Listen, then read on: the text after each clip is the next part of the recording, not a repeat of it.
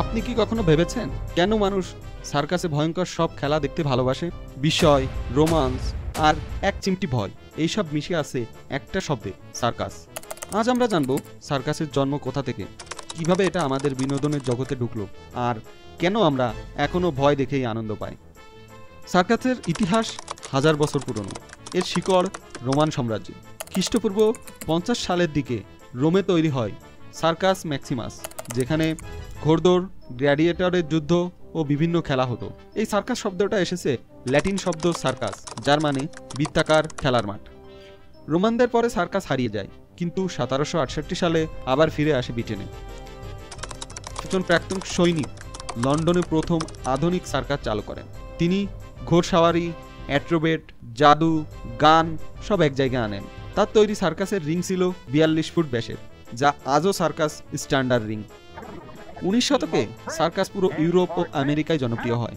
1871 সালে PT Barnum যুক্তরাষ্ট্রে the greatest show on earth শুরু করেন।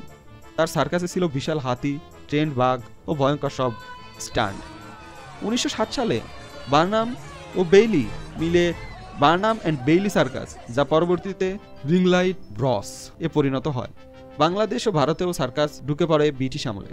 দ্য গ্রেটেস্ট বেঙ্গল সার্কাস ছিল উপমহাদেশের অন্যতম জনপ্রিয় সার্কাস কোম্পানি। মানুষ হেঁটে হেঁটে রেলগাড়ি ধরে সার্কাস দেখতে যেত। বাচ্চাদের চোখে ছিল বিস্ময় আর বড়দের মনে শিহরণ। মানুষ ভয় পেতে ভালোবাসে। বিশ্বাস না হলে হরর সিনেমা, রোলার কোস্টার কিংবা সার্কাস দেখুন। সাইকোলজিস্টরা বলেন, ভয় দেখলে মানুষের মস্তিষ্ক অ্যাড্রেনালিন নিঃসরণ করে, যা এক ধরনের আনন্দ দেয়। এই ভয় কিন্তু নিরাপদ, কারণ দর্শক জানে সে আসলে বিপদে নেই। এই নিরাপদ ভয় আমাদের আনন্দ দেয়, শরীর চনমনে করে তোলে। আর সেই জন্যই সার্কাসে মানুষ দেখে দড়ির ওপর হাঁটা, আগুন নিয়ে খেলা, বাঘের খাঁচায় মানুষ, শরীর ভাঙানো অ্যাক্রোব্যাট সব দেখে বিস্ময় চিৎকার করে, কিন্তু পালায় না। সার্কাস আমাদের শেখায় ভয় জিতিয়ে মানুষ কিভাবে অসম্ভবকে সম্ভব করে। যেখানে জীবন খেলার মাঠ আর প্রতিটা পারফরমেন্স এক একটা সাহসিকতার গল্প।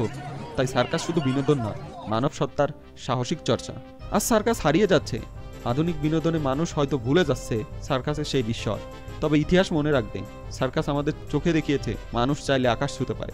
ভালো লাগলে লাইক, কমেন্ট আর সাবস্ক্রাইব করবেন। আর পরের ভিডিওতে জানবো আরও এক অজানা ইতিহাস। আমি রকি, এই ছিল সার্কাসের ইতিহাস। দেখা হবে পরের গল্পে।